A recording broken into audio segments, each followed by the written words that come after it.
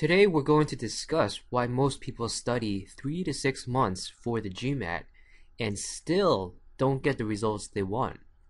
Then we'll talk about how the GMAT pill started as a result of addressing this problem so that you don't end up sitting there sulking after 3 to 6 months of a lost social life. And instead, if you can tackle this challenge correctly, you might find yourself celebrating after just 1 month of hardcore, focused studying.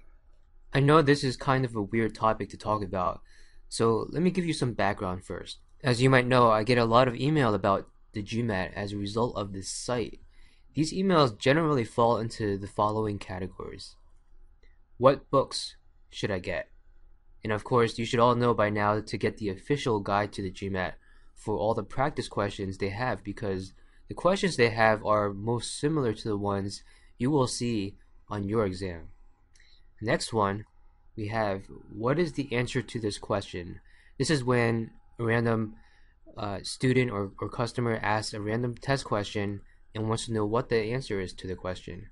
And more importantly, what they're looking for is how I think through these questions. So usually I answer them by first confirming the answer and then walking them through the thinking process to help them find that answer. And thirdly, I get questions on business school, resume editing, average GMAT scores, and breakdown of scores. And so together, these three topics cover about 25% of the questions I get. The other 75% of the emails I get ask about how to study and are questions related to the GMAT Pills study method. So what I did was I looked over all the old emails and thought back over all the interactions and correspondences I had with students and how I guided them to successfully do well on the GMAT. And I realized there's really only two reasons why people spend so much time studying for the GMAT. Just two reasons. And simply put, the first one is that the exam itself is extremely difficult.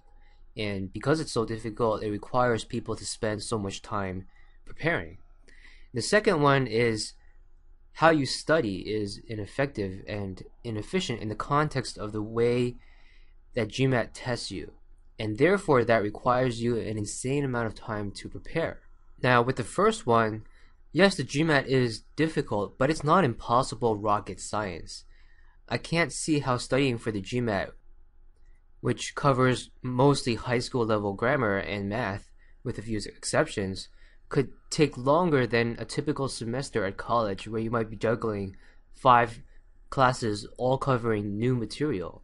It just doesn't make sense that it takes 3 to 6 months to review high school level math and writing when in those 3 to 6 months you typically take a bunch of college courses.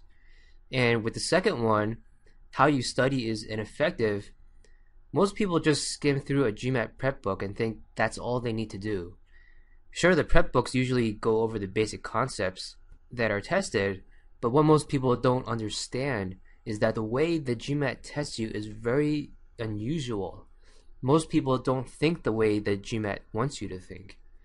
Sure, everyone knows subject-verb agreement and Pythagorean's formula, but knowing that is not enough for the GMAT. What you need is a thought process, a way to think through questions as efficiently as possible. I learned this through my own GMAT experience when I took the exam together alongside with 2 friends at the same test location on the same day. They both studied like crazy, reading every prep book they could get their hands on and doing every practice problem. They always looked busy because they were studying for the GMATs and they canceled on family plans and different social events, even the extracurricular activities they were involved with. Before the exam, I was not the same way. Due to my procrastination, I took a practice test 2 weeks before the exam without too much preparation and scored a 610. And I realized I desperately needed to get my score up.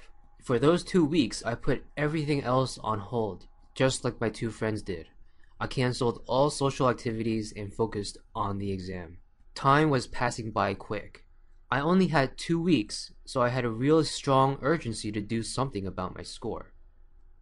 I did something very special during those 2 weeks. I created a very effective study plan that revolved around a thought process and frameworks plus repetition. It wasn't easy, but I conditioned my mind to quickly and confidently go through each test question in a marathon-like sprint. Test day came. I walked away from the exam with a 98th percentile score, and my two friends looked on with awe. They were also disappointed with their results as they missed their target zone. My friends just asked me how I did it. And I responded, well, you studied for, X number of months. How the heck did you study? And what happened? They gave me a stack of books, a stack of GMAT prep books. And it was only after skimming these prep books that I realized why so many people study away 3 to 6 months of their life just on this one exam.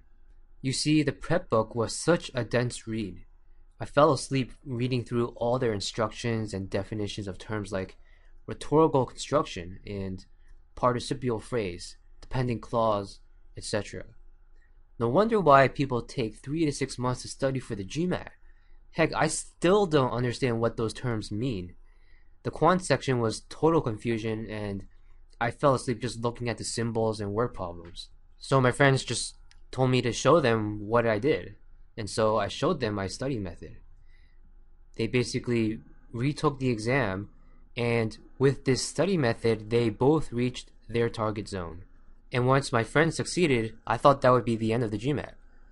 But soon, friends of friends started asking me to tutor them. One student led to another through word of mouth, and soon I became the go-to tutor for the GMAT as students were getting higher GMAT scores. I started charging high rates, but I quickly realized that I was just helping the super wealthy rich kids get into the business school of their dreams and then make even more money. So then I thought, well, what about everybody else? I didn't just want to make the rich richer. I wanted to help everybody else as well. So some of my students suggested that I make a website that contains all of my strategies. I was really hesitant at first because creating a website is no easy task. But because I feel so strongly about leveling the playing field for GMAT prep and providing a quality GMAT prep source for everybody, not just the super rich, I decided to do it.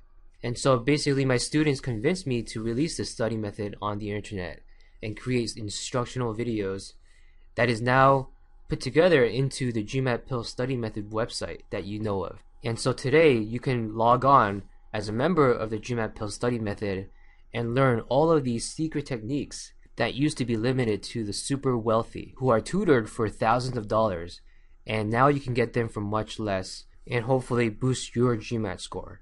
So as you're putting together a study plan for the GMAT, make sure you think about the variety of options that you have. You no longer have to study 3 to 6 months of your life away.